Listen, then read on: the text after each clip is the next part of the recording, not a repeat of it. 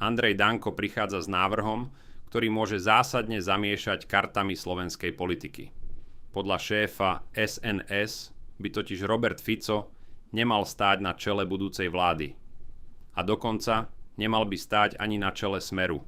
Danko otvorene hovorí, že jeho kandidátom číslo 1 na ústavného sudcu je práve Robert Fico.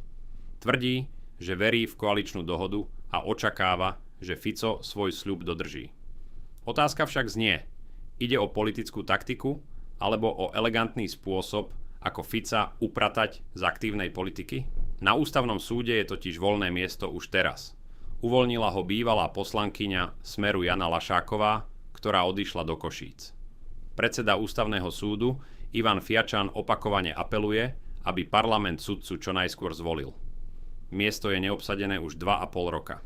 Fico by tak mohol mať otvorené dvere. A nebolo by to prvýkrát, čo by sa o ústavný súd pokúšal.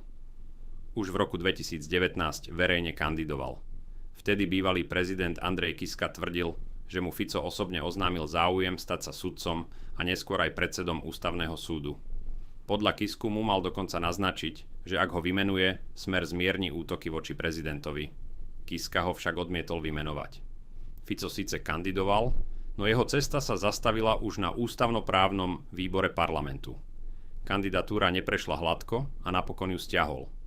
Zaujímavé je, že o presune na ústavný súd mal Fico podľa dostupných informácií uvažovať už v roku 2018, ešte ako premiér.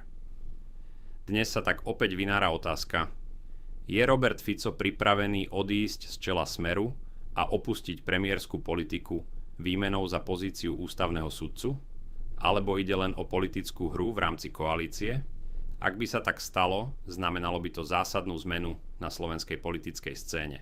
Štvornásobný premiér by sa presunul z exekutívy do justície a Smer by musel hľadať nového lídra. Danko týmto ťahom vysiela jasný signál.